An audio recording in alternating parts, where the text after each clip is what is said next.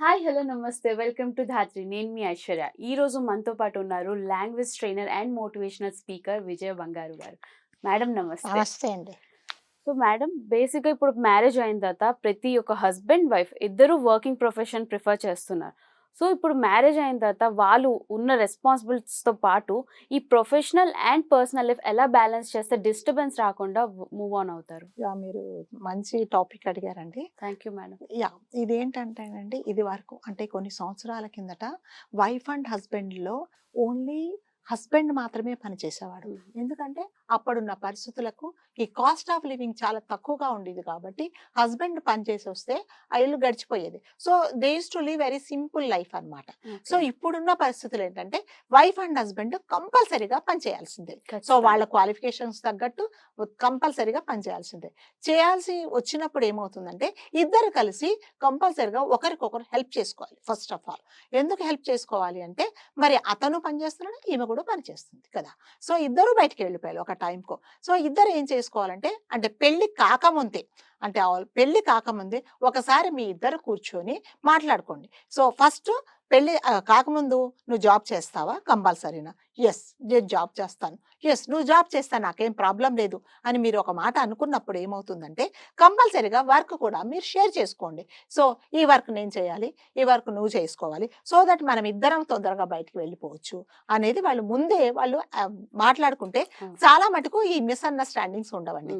So ఇప్పుడు ఉన్న సొసైటీలో ఏమవుతుందంటే ఇరుగు పొరుగు వాళ్ళు, ఇంట్లో వాళ్ళు, అదేంటి మీ ఆవిడ పని చేస్తుంది, నువ్వు పని చేస్తావు, నువ్వు ఇంట్లో పని ఎందుకు చేస్తావు అని మాట్లాడే వాళ్ళు ఉంటారు.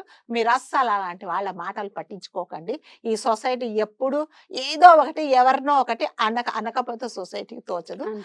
అది క్వైట్ కామన్. సో ఫస్ట్ మీ లైఫ్, మీ పర్సనల్ లైఫ్ డిస్టర్బ్ కాకుండా ఒక షెడ్యూల్ పెట్టుకోండి. సపోజ్ నాకు ఈ రోజు నైట్ షిఫ్ట్ ఉంది, సో ఇవాళ సాయంకాలం లోపల మన ఇద్దరం కలిసి పని చేసుకుందాం. సో నువ్వు వచ్చిన తర్వాత రెస్ట్ తీసుకో, మిగతా పని నాకు డే షిఫ్ట్ ఉంటుంది కాబట్టి నేను వచ్చి పని చేస్తాను.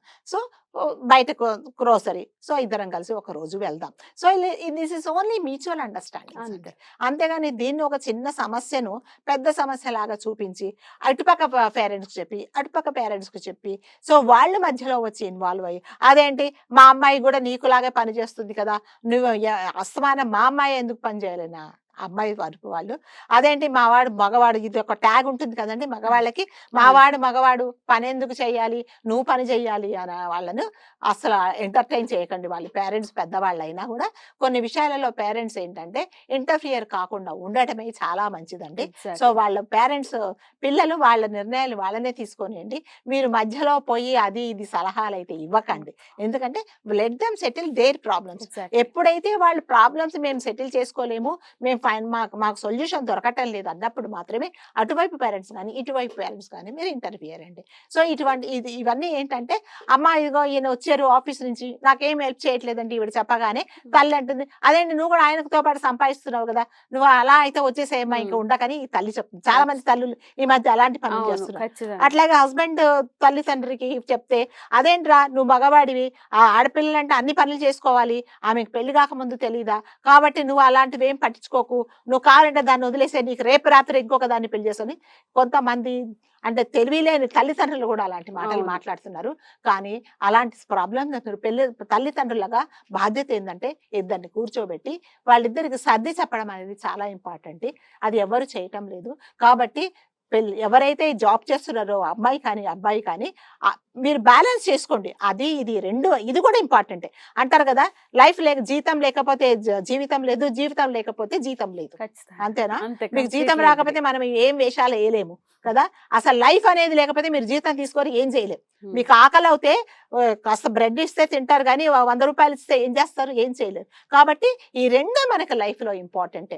అది ఇంపార్టెంటే, ఇది ఇంపార్టెంటే. కాబట్టి మీకు మీరు ఆలోచించుకొని మీ లైఫ్ మీరే ప్లాన్ చేసుకొని ఉండండి తప్ప ఈ చిన్న విషయాని కోసము పెద్ద పెద్ద రచ్చ చేసుకుని కోర్టుల వరకు వెళ్లాల్సిన పరిస్థితి తెచ్చుకోండి. ఇది ఇస్ ఓన్లీ మ్యూచువల్ అండర్స్టాండింగ్. ఇది చాలా చిన్న సమస్య.